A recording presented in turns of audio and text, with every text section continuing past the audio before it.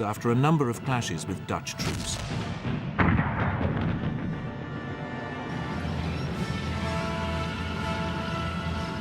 There was, however, an unfortunate incident in Rotterdam when the airborne commander, General Kurt Student, was wounded. He suspected that it had been a trigger-happy SS man, although the Leibstandarte strenuously denied it. The Waffen-SS did not take part in the thrust by the panzers through the wooded Ardennes and across the River Meuse.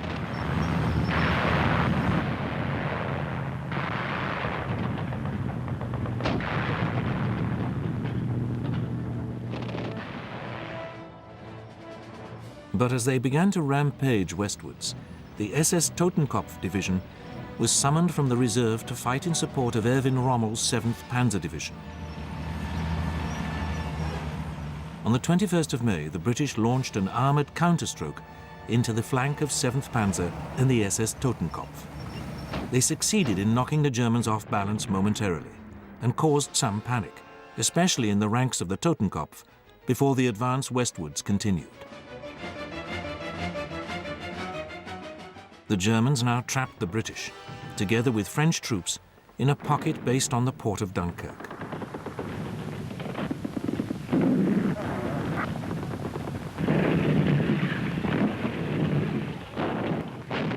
The SS Leibstandarte joined in the fighting to reduce the perimeter. It met stiff British resistance, especially from the village of Wormhout. Dietrich himself was shot up in his car and had to spend some time under fire in a ditch. Not until almost nightfall was the village secured.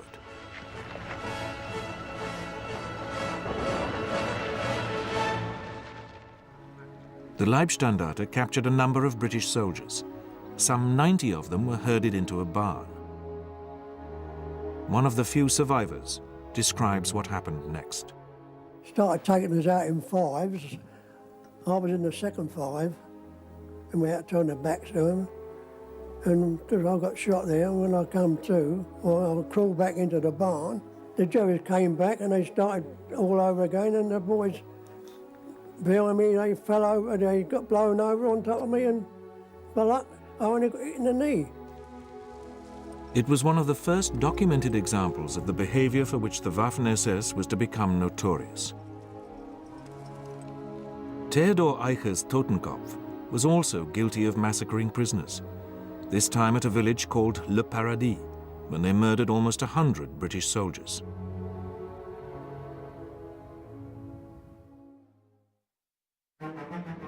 To celebrate his victory in the West, Hitler made a triumphant speech in Berlin's Kroll Opera House on the 19th of July. He singled out the Waffen-SS for special praise. Its tactical performance had improved, but blind obedience and ideological brainwashing made Waffen-SS soldiers careless with their lives and frighteningly ready to murder prisoners. Following the campaign in the West, Himmler was keen to expand the Waffen-SS, but the army was concerned that he was stealing recruits. Hitler therefore authorized only a small expansion, but did allow one significant change. A new division, the SS Viking, was formed from the citizens of German-occupied countries inhabited by people of related stock, as Himmler put it. A number of right-wing Danish, Dutch and Norwegians volunteered to join the SS Viking division. One Dane later gave his reason for enlisting in the Waffen-SS.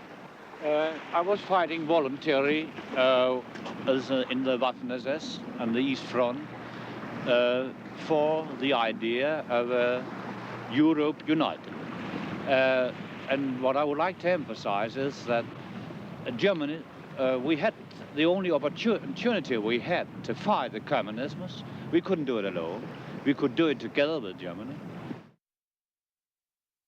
In the meantime, the SS Das Reich division and the Leibstandarte took part in the invasion of Yugoslavia and Greece in April 1941.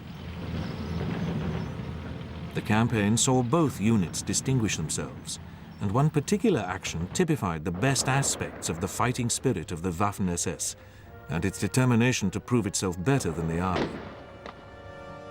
Hauptsturmführer Walter Klingenberg, a company commander of the Das Reich, led his men in a race to reach the Yugoslav capital Belgrade before the army's crack Großdeutschland regiment. Although severely hampered by the spring rains which had turned the roads into quagmires, his unit reached the banks of the Danube first. But it was unable to cross because all the bridges had been destroyed. Klingenberg found a single rowing boat, which had been abandoned, and crossed the river with 10 volunteers. They headed for the German embassy, which was besieged by an angry crowd. Klingenberg used the embassy phone to telephone Belgrade's mayor. He then threatened to call in an airstrike unless the city surrendered. Unaware that the Germans had no radio, the mayor fell for the bluff and gave in. Klingenberg received the Knight's Cross for his achievement.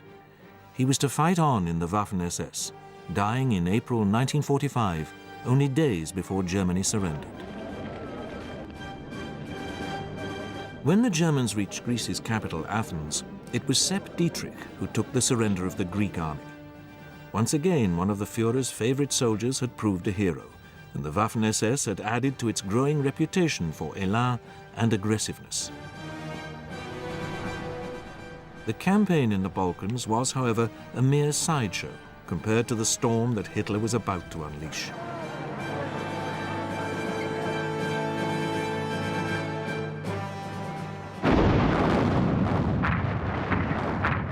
On the 22nd of June 1941, he launched Operation Barbarossa, the invasion of Soviet Russia.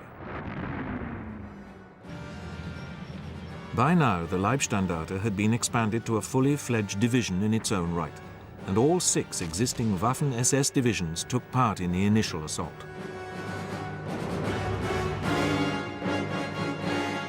It was now that ideology came into play. The men of the Waffen-SS were imbued with the belief that the Russians were subhuman and that they were embarking on a crusade to save Western civilization. This gave the Waffen-SS a new, ruthless determination to achieve victory at whatever cost.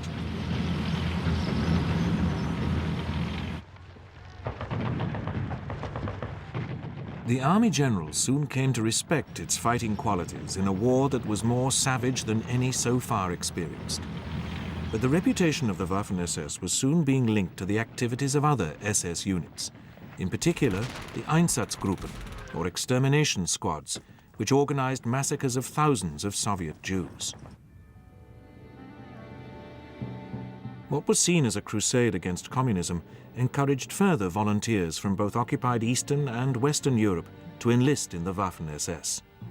They became known as the Foreign Legions of the SS and were often amongst the most ruthless members of the Waffen-SS. Typical of the men who came forward was the Belgian Léon de Grelle, who had been a leader of the extreme right-wing Rexist party before the war. He raised the Walloon, or Flanders Legion, which was incorporated in the Waffen-SS. De Grelle took it to Russia and led it in combat. Hitler personally decorated him with the Knight's Cross and is reputed to have said, "If I had had a son, I would have liked him to be like you."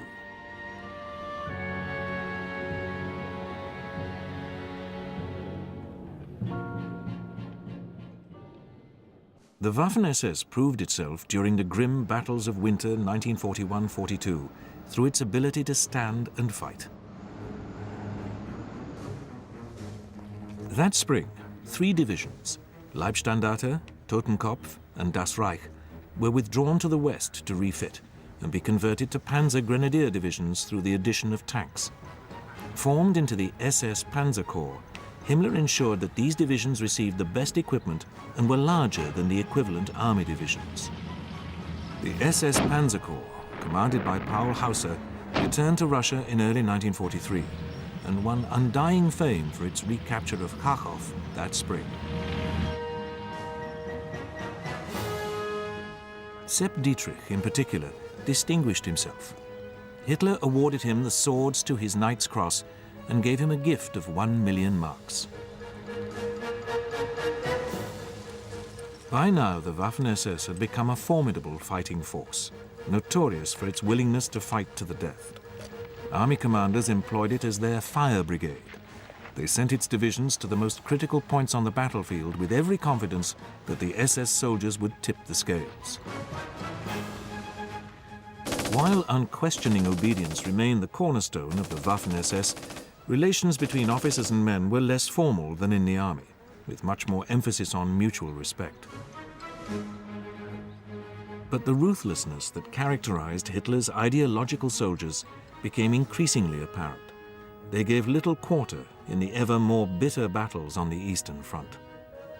In turn, the men of the Waffen-SS knew that they could expect little mercy if captured by the Russians. This increased their resolve never to surrender as the carnage continued. No Waffen-SS units were involved in the disaster at Stalingrad in early 1943, when an entire German army was surrounded and forced to surrender.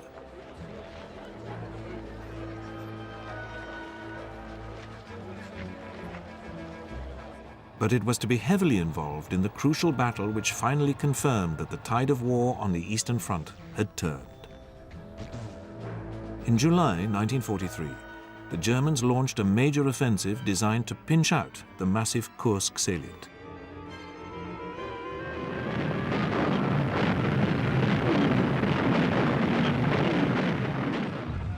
The Waffen-SS had been expanded to 4 corps, some 12 divisions, and most of these took part in what was to become one of the largest and most bitter tank battles in history.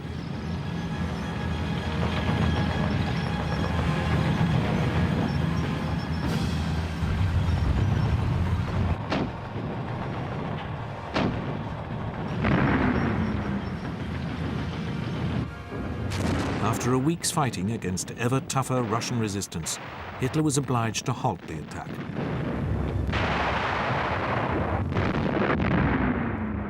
Thereafter, the Germans were forced onto the defensive as the Red Army steamroller began the liberation of Western Russia.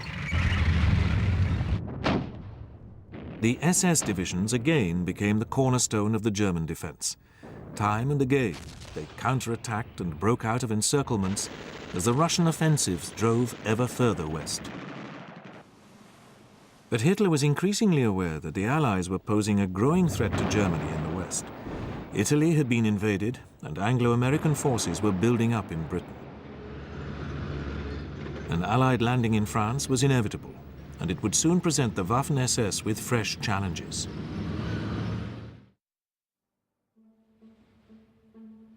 In the spring of 1944, the German forces in France and the Low Countries stood waiting for the Anglo-American assault.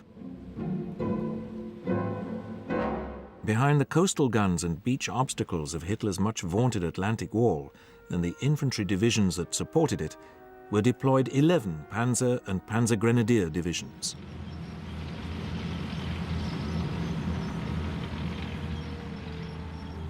Four of these formations were Waffen-SS divisions.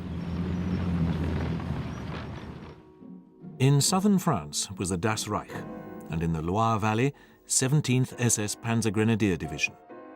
The Leibstandarte was in Belgium, refitting after bitter fighting on the Eastern Front, and west of Paris, the recently formed 12th SS Panzer Division Hitler Jugend. As its name suggests, the Hitler Youth Division consisted of 17 and 18-year-old members of the Hitler Youth, stiffened by combat-experienced officers and NCOs.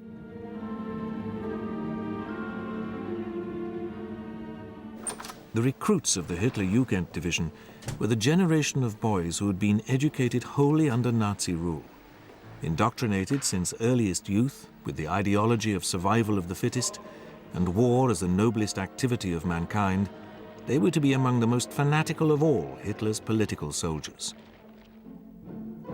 Sepp Dietrich's 1st SS Panzer Corps commanded 3 of the 4 divisions.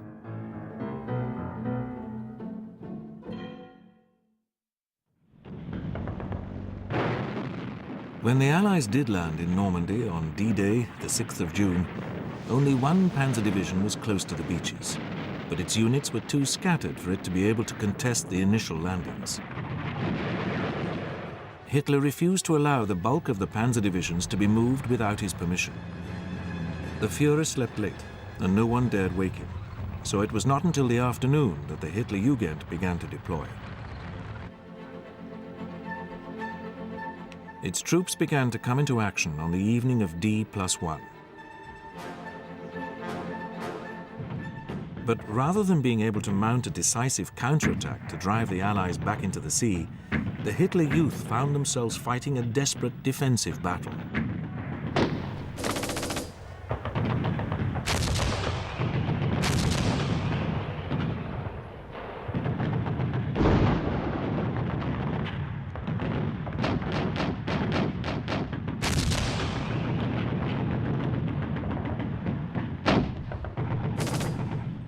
By the 13th of June, the British appeared poised to break through the German line in the area of the village of Villers-Bocage. It was then that SS Lieutenant Michael Wittmann, who had already won the Knight's Cross in Russia, performed